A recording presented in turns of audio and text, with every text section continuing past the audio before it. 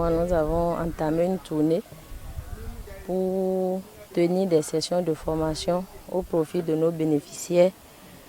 Cette formation porte sur la résilience au changement climatique.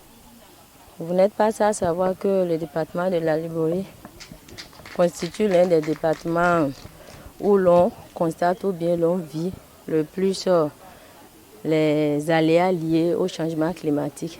Donc, lors du montage de notre projet, nous avons tenu compte de cette réalité pour prévoir un certain nombre d'activités au profit des bénéficiaires. Donc, au nombre de ces activités, nous avons prévu organiser une formation à leur profit qui porte sur le renforcement de leur capacité à faire face aux éventuels risques climatiques sur les sites bénéficiaires.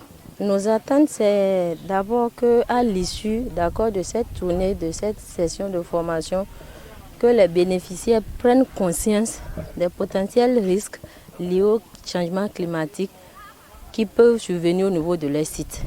C'est vrai, au niveau départemental, l'on a déjà une idée des aléas que nous vivons, mais au niveau de chaque commune, il y a des spécificités. Donc, pour chaque commune, il a été question d'identifier ou bien de répertorier, les éventuels risques climatiques qu'on peut rencontrer, de les prioriser et de faire des propositions de mesures adaptatives à ces bénéficiaires-là pour que, une fois dans la mise en œuvre de leur activité, s'il y a tel ou tel risque qui survient, comment il faut faire face pour régler ça, pour s'adapter face à ce risque-là.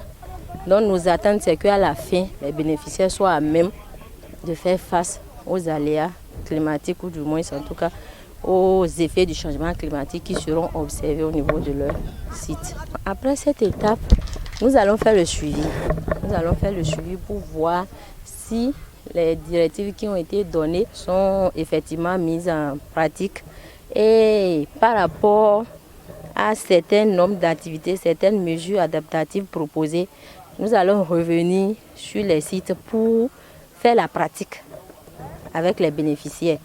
Lorsque vous prenez par exemple la fabrication des composts, qui est une activité qui permet de lutter un peu contre l'utilisation des engrais chimiques au niveau des sites maraîchers, il faut que nous revenions pour leur apprendre comment ça se passe.